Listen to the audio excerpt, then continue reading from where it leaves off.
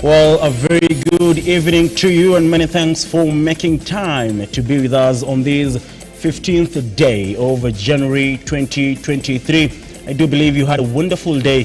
This day that the Ministry of Interior has given new directions in regards to, of course, guests of hotels and accommodations to adhere, or rather private security to hotels and accommodations to adhere to the regulations, that is the Section 48 of the Private Security Regulation Act, in regards to matters security of their clans. This comes in the wake of the recent spate of killings that have been witnessed here in the country.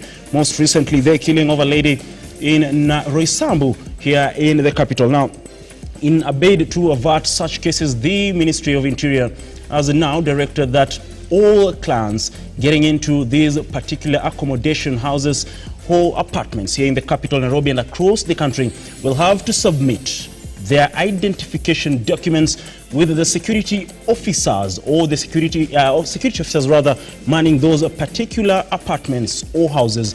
This is in a bid to ensure that such cases do not happen in future. Now, you will be submitting your documents with the security officers in place for the time that you'll be staying there, and you will be getting back your documents once you want to, of course, vacate the apartments. Now, apart from that, today the Chief Justice, that is Lady Justice Martha Koome, has officially responded to President William Ruto in the wake of the sustained attacks on the judiciary. And in her own words, Chief Justice Martha Koome says, "You are setting up the country for anarchy." That is the words of Chief Justice Martha Koome, and of course directed to President William Ruto in regards to the wake of attacks by the President, his deputy, and his foot soldiers on the judiciary. Now, among the cases that have been stopped by the judiciary, or the implementation, or the projects stopped by the judiciary, include the implementation of the new health scheme, the privatization of the government parastatals by the government, and of course the housing levy, which has been on court. Now, that among many other stories we've prepared for you tonight. First of all, let's have a look at what's making headlines.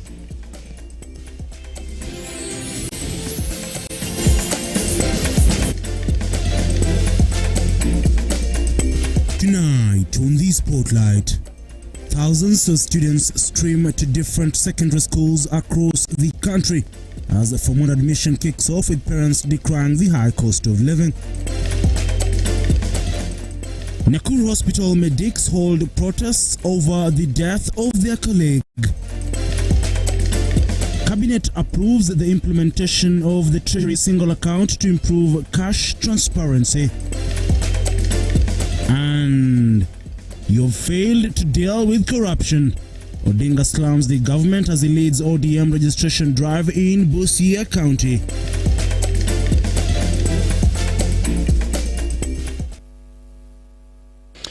Now, welcome to the program. I am Ian Keitani, and our sign language interpreter is, of course, Josephine Oko. Now, the Judicial Service Commission has condemned comments from members of the executive and the legislature mulling for disobedience of court orders. JSC Chairperson Martha Koome, in a press conference on Monday afternoon, said the continuous attack on the judiciary and planned disobedience of court orders is an assault on the Constitution. The executive and the government, and we are also part of that government. So we need to know them so that we deal with them. The next question is whether we are intimidated by the barrage of attacks.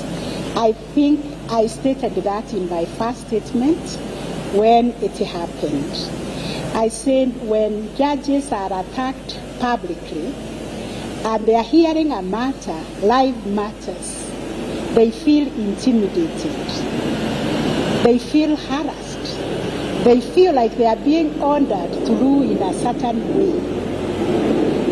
Actually, they get embarrassed Because if you rule this way, they will say it's because you are told off. If you rule the other way, it's like, look, we told you. You see? So this is why we have a principle in law that is called sub judice.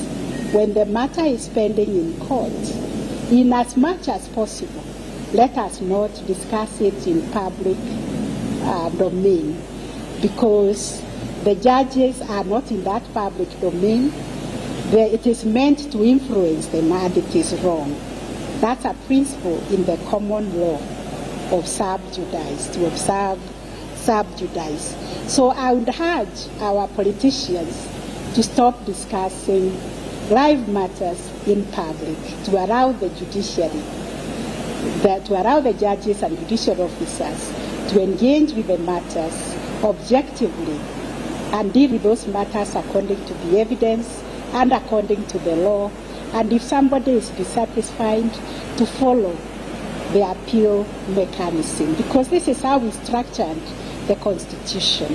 And it was a painful process of arriving at, let us have an orderly way of dealing with complaints. The last question from the KTN was whether the president has filed any complaint. Not any that we are aware. Even today we were dealing with the complaints that we have shared with you. Unless it has come when we were in the process, we haven't received any, but we are ready to receive. I think somebody said on the news yesterday, one will be filed on Thursday. We are ready to receive it, even if it comes earlier than Thursday, because that's what we do. Of course, we'll be waiting to see whether President William Ruto and his foot soldiers will respond to one Mother Koome in the coming days. Now on to matters education and relief for parents, as 1,080 students set to join Form 1 in Samburu County received Form 1 admission requirements donated by Samburu East Member of Parliament Jackson Lekumontare. The supply saw students receive essentials like mattresses, blankets, bed sheets and buckets. According to the MP, many parents in the area are facing financial constraints caused by hard economic situations in the country, which has forced him to aid his support. Beatrice Kagea now reports. Constituency Samburu County can now breathe a sigh of relief after receiving Form 1 admission essentials from the area MP Jackson Lekumontare. Kusaidia wazazi ili waweze kujimudu kiasi kwa kupeleka watoto shule. Tulianzia hii shughuli leo asubuhi huko Achas Post. Tuliweza kusaidia watoto zaidi ya watoto 400 pale Achas Post. Na hapa tena tukiwa na watoto zaidi ya watoto 600 kupea vitu mbalimbali. Lekumontare was being moved by the fact that many parents in the area are still grappling with the hard economic situation in the country, donated school essentials to students in areas of Waso and Wamba.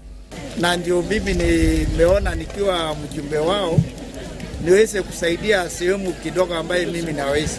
Sio project ya CDF, ni project ya Lekumontare. Mimi mwenyewe natoa pesa yangu kusaidia wazazi wangu ili waweze kupeleka watoto shule. The donation saw 400 students from Waso and 600 from Wamba benefit, giving hope for a better tomorrow to the students. Hapa kwetu shida, hatuwezi pata nini kitu rahisi. Tunashukuru sana mheshimiwa wetu kwa sababu pesa yake ya mfuko ndo amejitolea kutusaidia nayo. Despite kuwa na challenges Samburu, especially Samburu East, Lekumontare hakuona yote. Alijua Samburu wazazi wako na shida mingi sana, ndio maana amejitolea kutununulia hizi vitu zote za shule ndio wasichana wapate kusoma.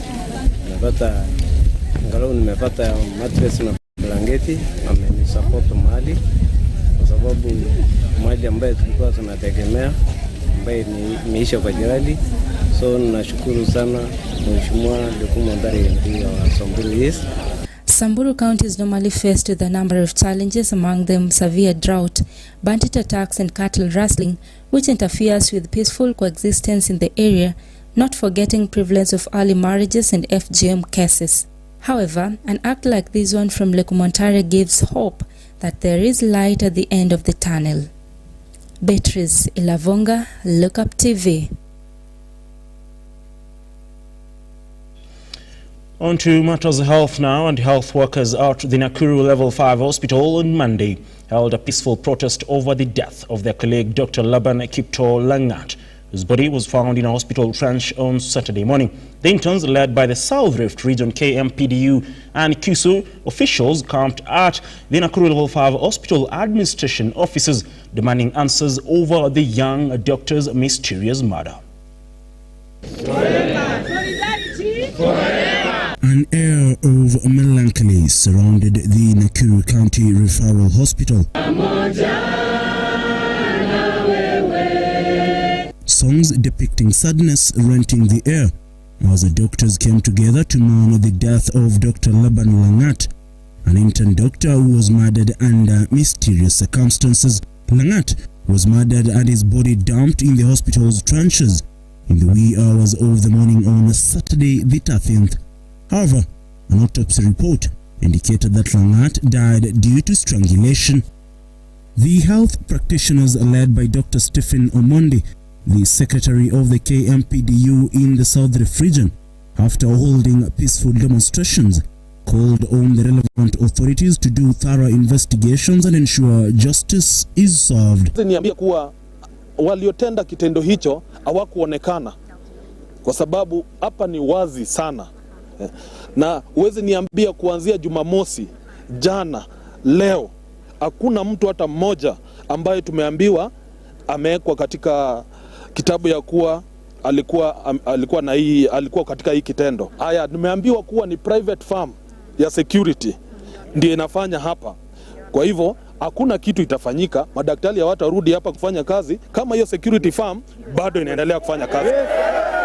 Omondi further threatened that health practitioners will down their tools if no one will be arrested by tomorrow in connection to the murder, while castigating Nakuru Governor Susan Kihika over Langat's murder. Kama baada ya masaa 24 kama hakutakuwa na watu ambao watakuwa wameshikwa kwa sababu ya hii jambo, hatutakuwa na any other option bali tutasimamisha kazi yetu, kwa sababu hatuwezi kuwa tunakaa tunahudumia watu, tunahudumia wagonjwa na ilhali sisi wenyewe security yetu iko compromised.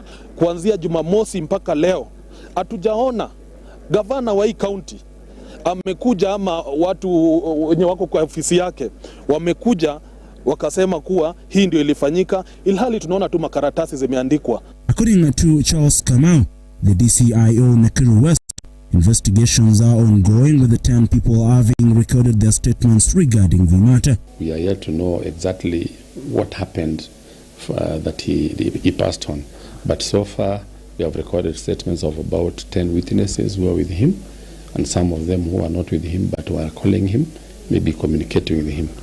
And we are yet to establish what caused his death. Langat graduated in February 2023 from Egerton University, where he pursued medicine and surgery for 7 years and has been working at the facility since August 2023, with his colleagues calling for increased security, insisting that they will not relent in their quest to ensure justice is served. Our security iko compromised, that one is for sure, and that's why sisi wenyewe tumeogopa hata kuja kufanya kazi, especially hizo koli za usiku. Tumeogopa kwa sababu inaweza kuwa mtu yote anakuja hapa alafu pia auliwe. Ian Kitani, Lookuptv. Well, it is a very sad story, and we hope that the family of one Laban Kipto Langat will get justice, as we heard the parents yesterday saying they did all they could to ensure that Langat got done with his education, in the hope that he will eventually salvage the family. Now, moving forward, the police in Nyamache were forced to lob tear gas to disperse angry demonstrators who thronged roads in Babasi, demanding the arrest of South Mugirango MP Sylvanus Osoro after the Nyakembene shooting. The residents, led by a section of members of Kisii County Assembly, faulted the police over excessive force while dispersing the residents.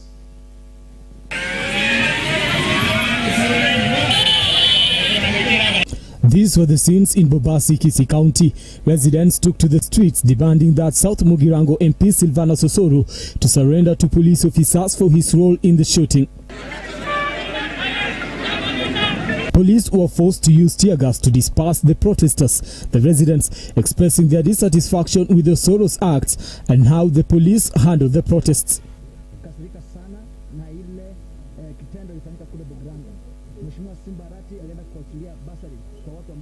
Usaidizi ili waweze kupeleka watoto wao shuleni, lakini Mheshimiwa Osoro Silvanus ambaye ni MP for South Mugirango alikuja pale na watu ambao walikuwa na mabunduki wakarusha marisasi. Badala ya askari kutuacha tuandamane kwa amani, because we had peaceful demonstrations. Tumetoka Itumbe tukakuja Nyamaje, hakuna kitu yote ambayo imefanyika. Tukifika hapa Rio Nyego, maaskari wamekuja wakaanza kurusha live bullets, vile mnaona hapa marisasi. Choka kuambiwa kama ukweli sisi hatufai kuishi hii Kenya. National government has not said anything about the incident that happened in South Mugirango. Bwana Simba Arati is the governor for Kisii County. He was elected by 274 members of Kisii County. Yeye ndiye alichaguliwa na watu. Kama mpendi sisi tunampenda. Mujaribu kurusha masasi kama hiyo tutashika askari tuweke ndani sasa. The protesters have vowed to continue with the demonstrations until action is taken against Osoro. Also an act that compromises the security of our county boss, who is the governor Simba Arati, equally is not sending a good signal as a leader from Kisii County. So today we are demonstrating. Despite that we have been encountered by the police, we are determined that every Monday and Fridays we will be doing these demonstrations until justice is served. We have to see justice being done because Kisii County is still under the rule of law. That is why we are doing the demonstration today. Osoro is expected to record a statement tomorrow. Brana Mwai, Lookuptv.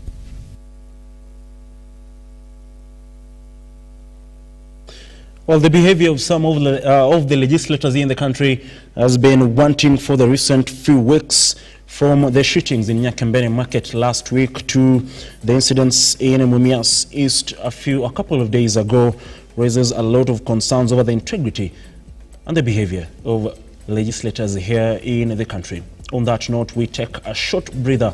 We'll be back with more. Don't go away.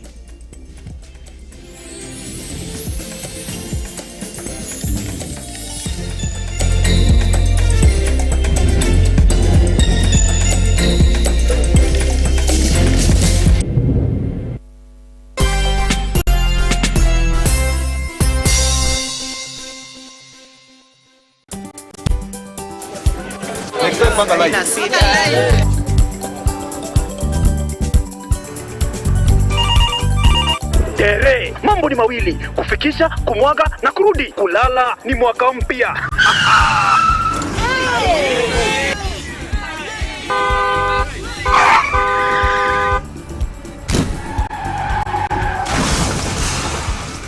Muka we mse. Nini mbaya? Wewe kwani wani vile dereva anaendesha gari vibaya, lazima tususe. Anaendesha gari na kwa simu the whole time, hata angalia barabara. Msanii dereva tusimame. Wewe dereva wewe, mwaka iliyopita peke yake watu zaidi ya 3,000 walipoteza maisha yao barabarani kwa sababu ya tabia kama hizo. Hautatuangamiza tukiona. Naomba msamaha, nitampeleka vizuri. Si wameomba msamaha. Sasa tuende tusafiri kwa mwendo wa aste. Dere Smart hufikisha abiria salama. Ujumbe huu umeletwa kwako na NTSA kwa ushirikiano na European Union.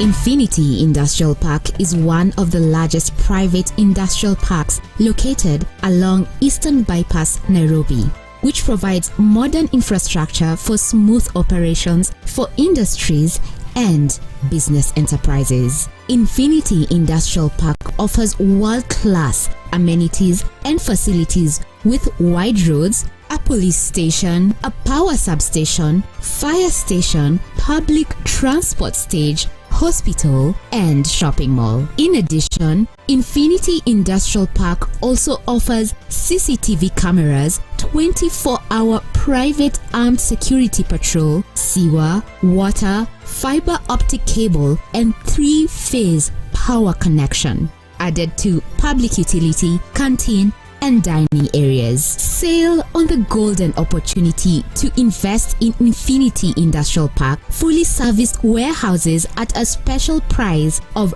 3,569 Kenyan shillings per square foot. For more inquiries, visit our website infinityindustrialpark.com.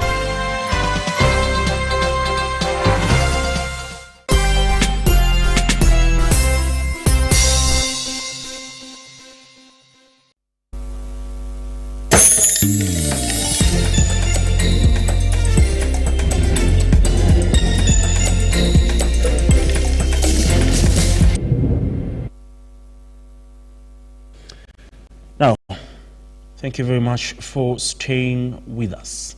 We continue with the bulletin and onto the corridors of justice now. And a Kiambu court has declined to give investigators further 14 days to detain 6 suspects linked to the murder of Meru blogger Daniel Muthiani. Kiambu Senior Magistrate Marissa Opondo has directed that the 6 to be presented in court on Wednesday uncharged. She said that the 6 have been detained long enough and that their right would be violated if they are not charged. Beg your pardon. The magistrate said if the 6 will not be charged, then they will be released on bail. I recognize the nature of the offense hearing and the jurisdiction of a murder trials only lies within the High Court.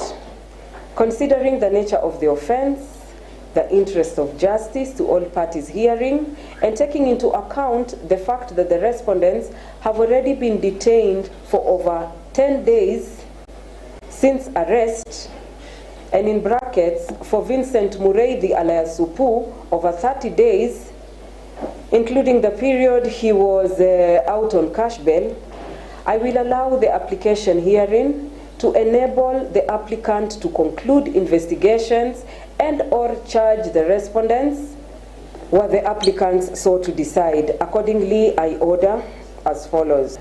The applicant has not justified detaining the respondents for another 21 days. Instead, the applicant has admitted through submissions that they need a further shorter time to have the suspects charged. And I quote State Counsel, who said, any other period that the court will direct will suffice to have the suspects charged.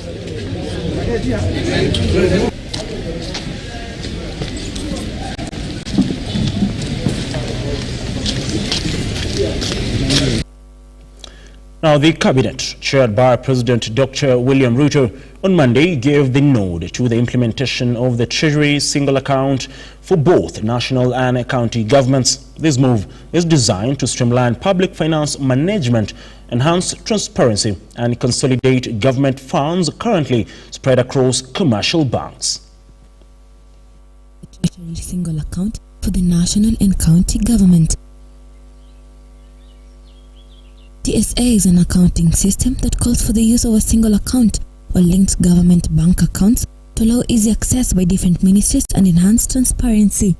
The cabinet further explained that the single account will help in simplifying government banking, creating visibility of government cash resources, and increasing transparency in government cash management.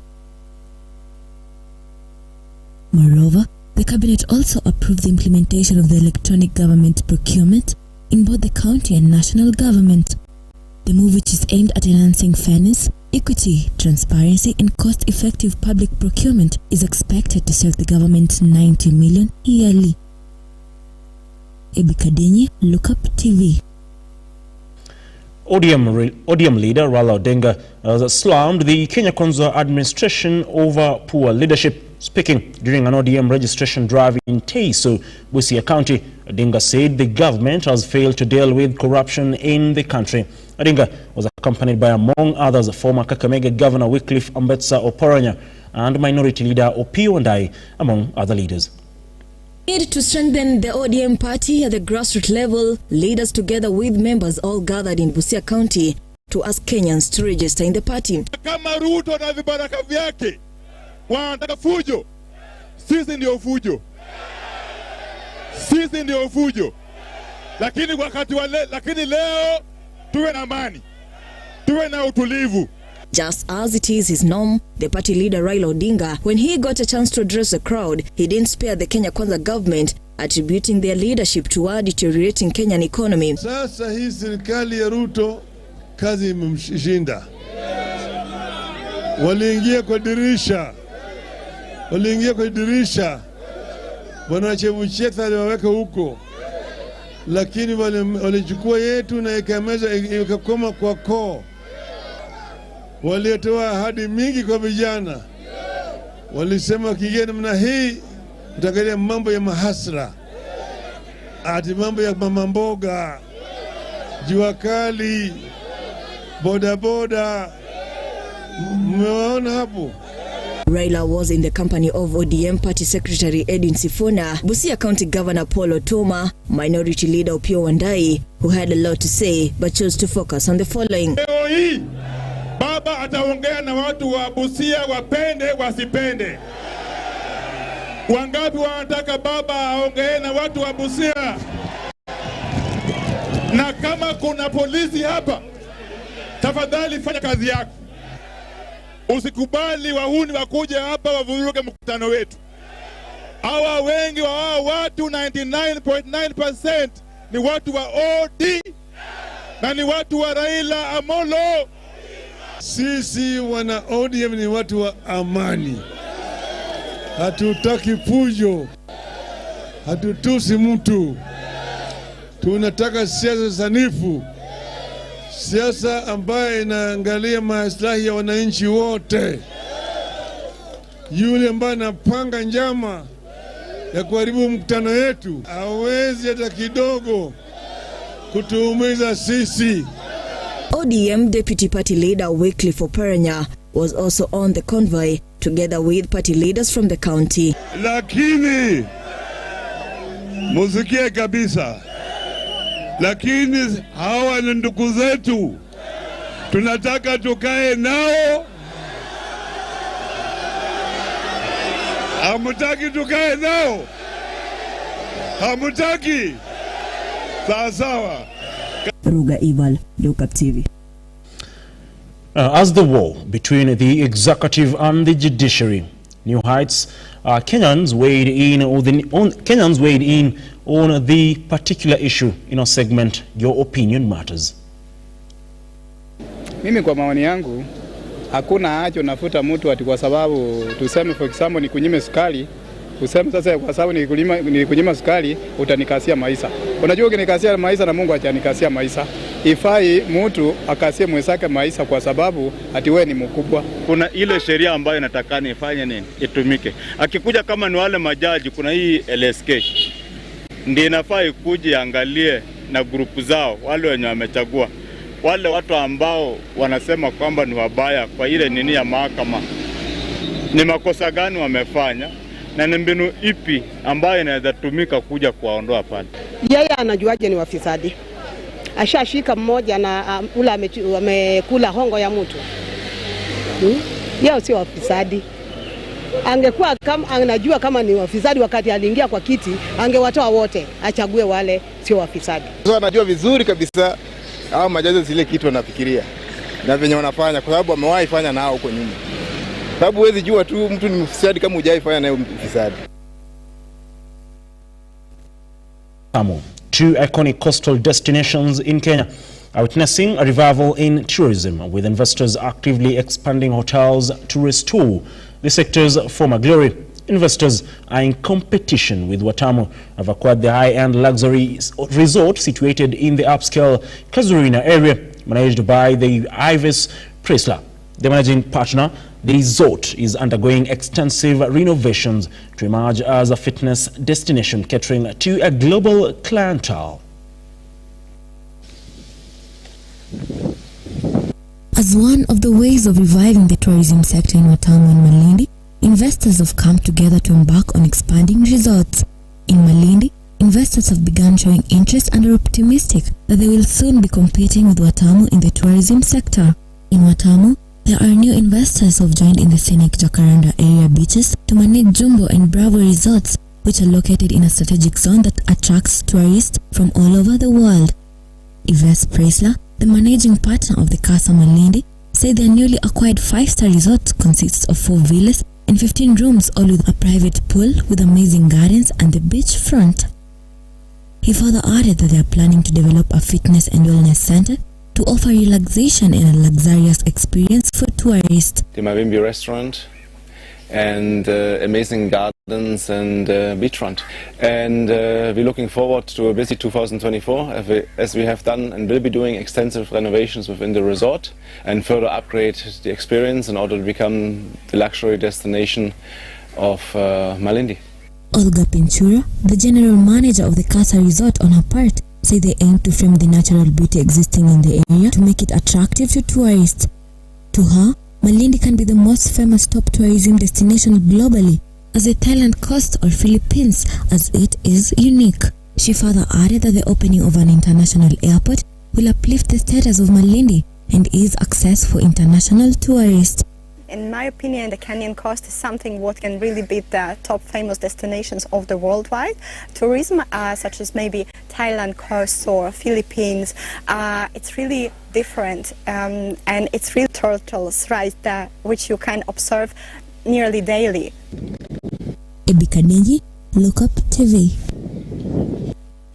On to matters education now, and Form 1 admission for the last cohort that sought the Kenya Certificate of Primary Education began today across the country. This cohort will also be the last cohort to sit the Kenya Certificate of Secondary Education.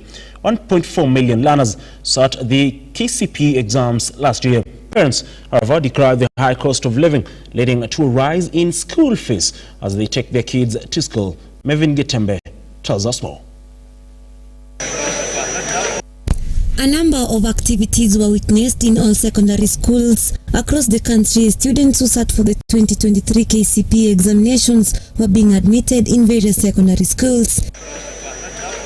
According to Charles Odhiambo, a teacher at St. George's Girls High School, Nairobi County, a large turnout was witnessed in the institution. As of the expected 550 students, at least more than 500 students had been admitted by the end of the day. Of 498 and we are expecting 550, and I think the system has been seamless since the morning because we are almost 80% because we are at 498 and Odhiambo also noting that the entire registration process ran smoothly. We have several stages which was made our system to flow because a student cannot sit in one session for more than 2 minutes.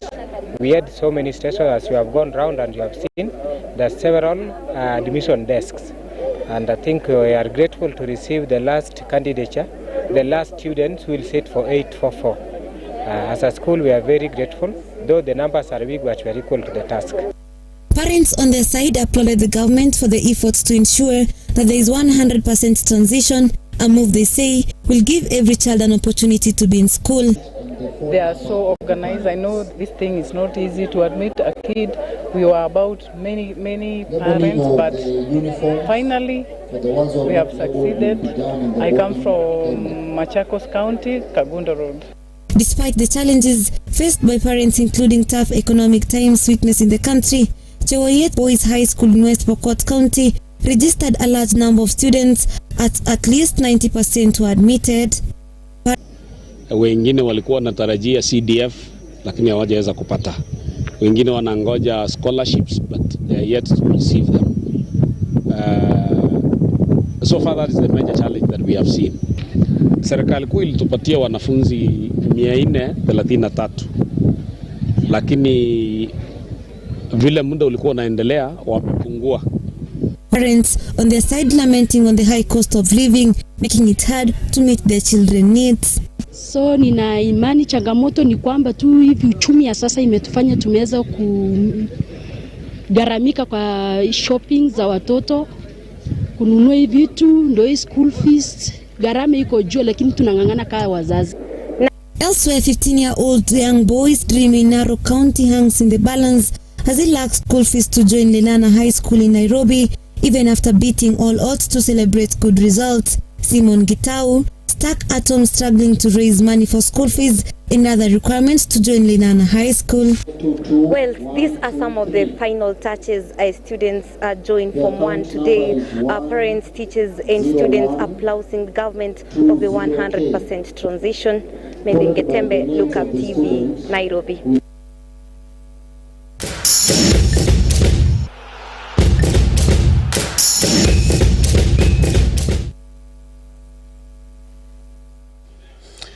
On to some sporting news now, and visitor Mapuanya from Zimbabwe maintained his lead after the second round of the Safari Tour series that is ongoing at Limuru Country Club. Mapuanya played 5 under par, resulting in a remarkable gross score of 134 points. Out of the initial 66 golfers, only 22 golfers have advanced for the third and fourth round of that particular series. I had a very good chance to go lower than that today, but I hope hopefully to come maybe tomorrow or the last day.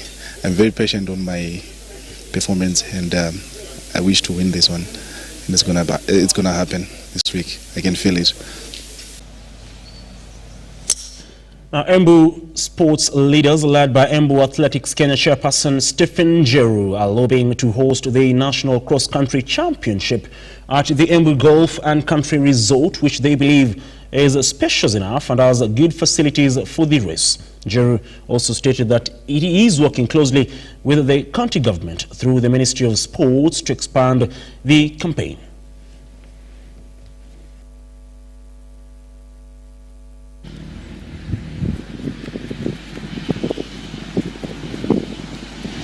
Lakini tunataka kufuata vile mheshimiwa wetu governor Cecily Mtutumbali alisema anataka tuwe na kikosi kizuri au nurturing the talent ya Embu, na hapo ndipo tulianza na tukaketi chini na department ya sport ikiongozwa na director, tukasema lazima tuwe na under 5, under 10, under 15 na under 20, na imetimika na tumeona hao watoto wandogo wamekimbia vizuri sana, na tuko Embu iko na future ya vile. Tuliketi chini tena na mheshimiwa Zangi, na yeye tena anataka kufungua kambu ingine huko kwake Makema, na ameonelea tukianza under 20 mambo yote itakuwa sawa.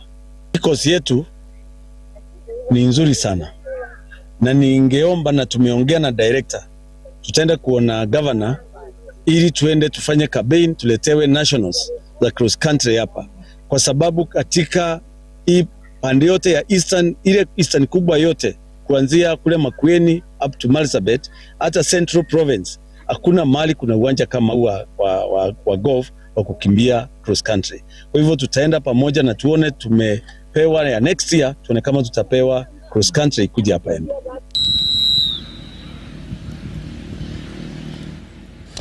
Well, on that note, we wrap up our bulletin, but just sneak peek is that Senegal did win 3-0 against Gambia in the African Cup of Nations today. Cameroon are currently 1-1 against Guinea, and of course Algeria will be playing against Angola at exactly 11 p.m. Now, on that note, we wrap up our bulletin this particular time. To the team behind the scenes, many thanks for making this happen. Until tomorrow, do have yourself a wonderful night, and like always, God bless.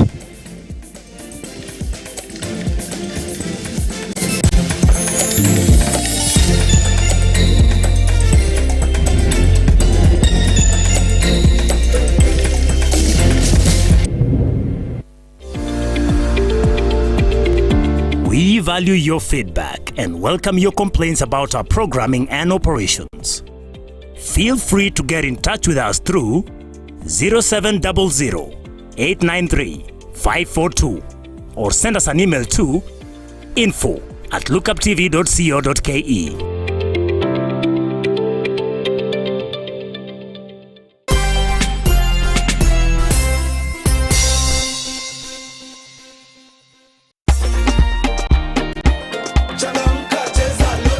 Anza mwaka mwaka na Loto Jijenge Boost. Kila siku kuna guaranteed business boost worth 100,000 na up to 1 million ndani ya hourly draws. Jipange nyumbani na 100,000 shopping vouchers. Boost biashara yako na 1 million or a brand new Toyota Probox kila wiki na up to 200 million shillings ndani Grand Mega Jackpot every Wednesday and Saturday. Changamka, jiboost na ujipange na Loto. Ingia M-Pesa Paybill 777-000. Account, look, amount 50 bob to 2,000 na ujisort na Loto Mega Boost.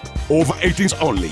Gaming can be addictive. Play responsibly. BCLB number 00000898. Changamka, cheza Loto.